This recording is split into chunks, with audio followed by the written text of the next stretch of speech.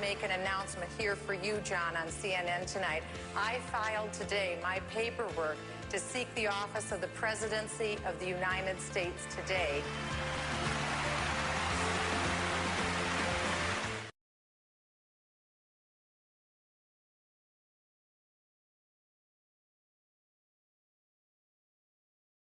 And I'm also a federal tax lawyer. I'm a former federal tax litigation attorney.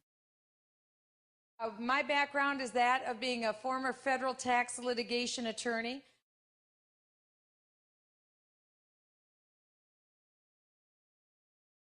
I sit on the Financial Services Committee. I've been there watching what has occurred with the financial meltdown in our nation. Why is it that you want me to give you a $700 billion blank check to bail out Wall Street and tell me how that's going to work and what's your evidence? And he said, I don't have any evidence. And I said, then you don't have my vote. The biggest problem that we have with the tax code today is the fact that about 53% of Americans pay taxes, federal income taxes, 47% do not.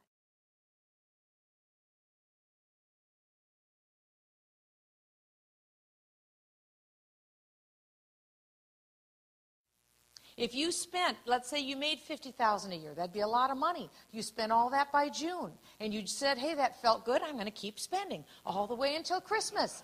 And then some foolish banker gave you the money, and you said, okay, let's repeat, and let's do it the next year. Care about senior citizens who could go to their mailbox and open it up in a very short period of time and reach in, and there's an IOU in there.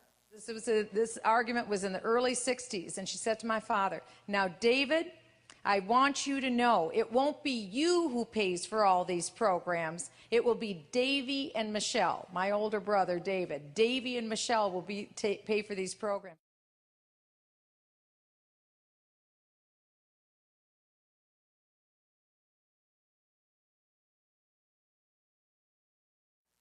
Take a pledge. No more trillion-dollar stimulus programs. Number two, no more bailouts. Done with bailouts. The very first member of Congress to go down to the floor the next morning and introduce the full-scale repeal of Obamacare.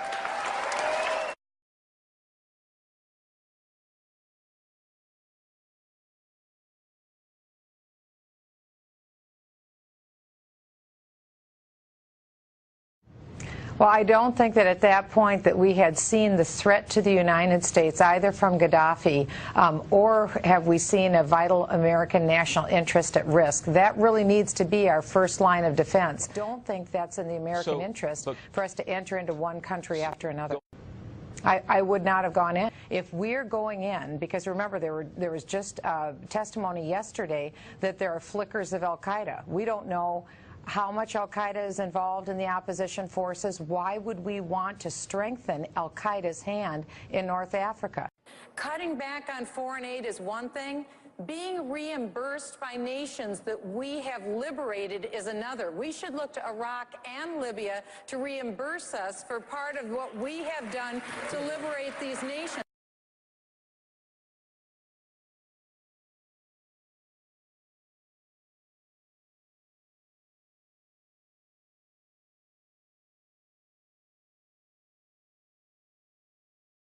Tonight on the Patriot Act. I cast a yes vote on this act. The Patriot Act did pass. This is why. This is an authorization for the next several years on three areas. One is on the lone wolf exception. We have a new war, a new enemy, new tactics. The lone wolf is one actor acting alone, and we get a tip. It may be at the last minute. We've got to go in for national security reasons and find that action. Number two, roving wiretaps. We have changed from the days of telephones being wired into the walls. Now we use a phone. A lot of modern terrorists will buy 1,000, quote, Go phones. They'll make one call, use a cell phone, throw it away. So we have to have the ability to be able to go to whichever phone a potential alleged terrorist may be using. We can't settle for a president who would encourage more illegal immigration through magnet policies like tuition breaks for illegal aliens or their children. That's an abuse of an executive power. It's unfair to students who are here legally, and it's a risk to our national security. We can't settle for a president who doesn't understand that illegal immigration is illegal and shouldn't be rewarded. I won't settle for porous borders. I will build a fence. And I won't settle for treating college students who are legally in our country unfairly.